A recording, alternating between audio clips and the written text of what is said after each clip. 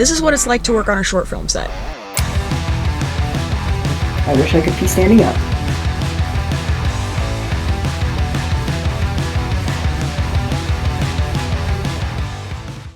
I've been working on short films for about 3 years. The college near me has an excellent film program, and the students are required to make a short film in their senior year. It's called their thesis short film. So there's a lot of opportunities to work on film sets and get some experience, even if you're not a film student. So that's what I did. This time I was day playing as a second AC or second assistant cameraman. So I got to be in charge of the little clapperboard. I'd actually never done this before, and it's kind of silly, but I kind of have anxiety about stuff like that. And so I thought to myself, I really hope I don't mess it up. Like I really thought through each time that I was. It's a small thing, but for me, it just didn't feel small. And I'd always wanted to do that. That's like the thing. Everybody wants to do that, right? Previously, I was under the impression that the location was only an hour away, but it turns out it was an hour away from the location where the other people were coming from. So it was an hour and a half for me, which was quite a drive. Not what I was expecting. Thought I got lost. I passed someplace where I was like, that might be the place, but I'm not sure. Okay, and it looks like there's a sharp turn. I guess I can pull it up on my map. My Google Mappe. That person's watching me film. So they have a map, 634. I think that's where I am. But I technically didn't. I was just kind of on the way. And it didn't matter anyways because everybody came a little bit later than I did. So as it would turn out, it is not my fault. Everybody else is lost. We're the first ones to get here. And the gate is locked. It happens, especially on short film sets. Es whatever. So when we got all of our stuff together, we had our safety meeting. We talked a little bit about places on the property that you shouldn't go to because they're dangerous, the agenda for the day, how many shots they're trying to go through. And because it was a Christian thesis, we started with a word of prayer. Our first shot of the day was pretty simple. We were just kind of filming in the woods. There's a guy who's running. We had a cool like little dolly thing that moves like this. And we got to ride in the van, which was a harrowing experience if I ever had one. No, it's okay. You're not even in it. You're not even in it. I've got my hand up. After we got those shots off, we moved back up the hill, and let me tell you, this location is gorgeous. Fantastic. You see the Blue Ridge Mountains in the background, the leaves are turning, and it's just beautiful. You can see so far. And because this was a short film set with students, I ended up doing a lot more than just being second AC. I helped set up a large silk to diffuse light. So it's like this big frame that's like metal, and then you stretch out a white piece of cloth to diffuse the sunlight through it. We didn't end up using it while I was there because the sun was kind of covered by clouds. So, I also made sure to hit up Crafty, which is the place where they have the snacks. People don't know this, but you are required by law, I'm just kidding, you are required to have fruit snacks on a set. Ask anybody in film, they'll tell you the same. Everybody loves fruit snacks, you have to have them.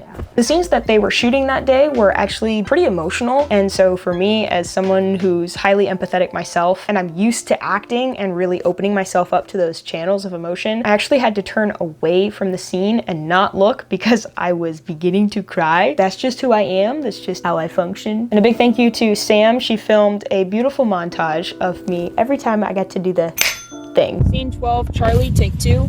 Mark it. That clapperboard, by the way, is designed to help the sound and the camera sync together. It has all of this information about the shot. It'll tell you what roll you're on, which is just basically where everything's being stored on the storage. It'll tell you what scene you're on, which is the number, and it will tell you what shot you're on, which is the letter. Then it will show you the shot. And then you, of course, you have the title at the top, the director, the camera person. My nose is itchy. I'm gonna look this up, a picture of it, so I make sure I don't get it wrong. You're also gonna have the date at the bottom, whether or not it's a night or a day shot, interior or exterior. And then you have two options, either MOS or sync. Sync means that you're going to be using audio. That's why the snapping sound is so important, because you have the visual of exactly when it hits and you have the sound for the audio guy, so you can perfectly sync up those clips in post with little to no effort. And so it's my job as the second AC to read out some of that vital information for the editor. You have to have the clapperboard up before the person starts rolling the camera so that it's the very first thing that the editor sees when they're going through all of the clips. Then you read it off, so you would say scene 12 alpha take 1, mark it, and then you move out and you stay very still so that they can film. Then the director calls action. I actually ended up leaving before they finished filming because I had something else that I needed to do. Normally, there would be a lot of long hours. You'd be moving from take to take. There would probably be a lot more to do. For example, I would probably be helping with lens swapping a lot more. On this set, I didn't end up doing a whole lot of that. But yeah, it was just like a fun little thing. I wasn't planning on working on any films, but I decided to go ahead and day play on this film, which means just basically you come in for a day and you work the day and then you leave. Now I can say, hey, hey, I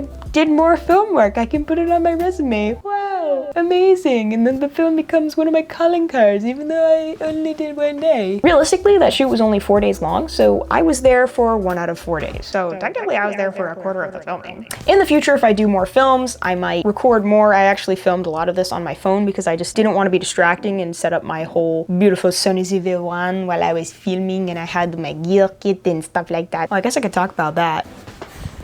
This is the kit actually that I was using on that set. It was assembled by my sister in film college, in film school, one of those things. And it's got a whole bunch of stuff in there. This is meant to be kind of universal to get you started because you're gonna be doing a lot of different things on student short films. When you're a film student, you have to try all of the different roles and things like that. So you've got gloves here for when you're moving around lights. You've got bongo ties, which are just in general helpful for holding things together, like your sanity, not. Got safety goggles.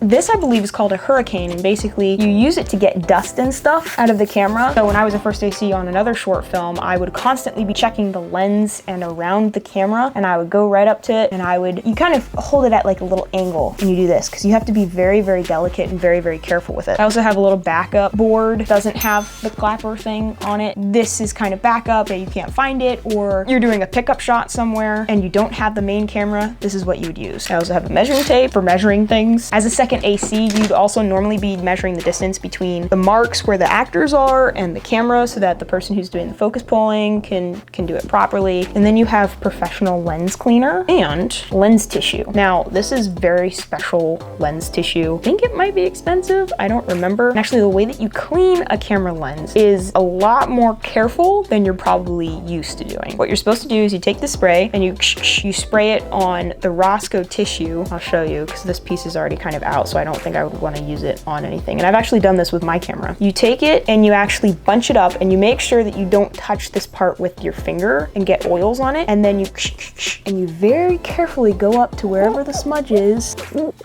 and you clean it. And you move in concentric.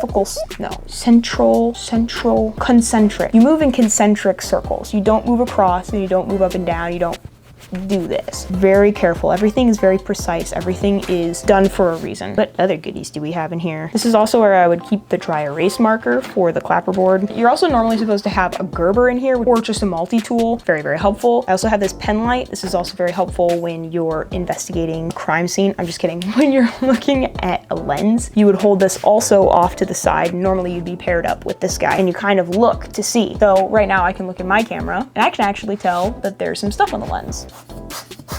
And with just a little bit of a hurricane action, I can get that dust to fly away. I think I also have a Sharpie in here. I do. Normally this kit would also be accompanied by red tape at the very least, usually also black gaff tape and regular white paper tape. And that would be to make T's on the floor to tell the actor where they're supposed to stand. So if you've ever heard someone use the expression, okay, back to one or back to ones, that means going back to their first mark. And then you would mark out in the scene where they would go. Then you can also have people stand at those places to measure the distance for the focus puller. But I think my sister took them with her, which is fine. Those are probably the most useful things in here. And now you have a little bit of a taste of what it's like to be a film student and to be on a short film set. If you enjoy watching content like this, let me know in the comments. I would love to hear what you guys are enjoying, what you guys maybe are not enjoying. And I know I haven't been saying it a whole bunch, but please do like the video if you liked it. It helps YouTube go, oh, this is a great video. Thank you guys so much for 1,000 subscribers. I'm so happy. Can't wait to continue this journey with y'all,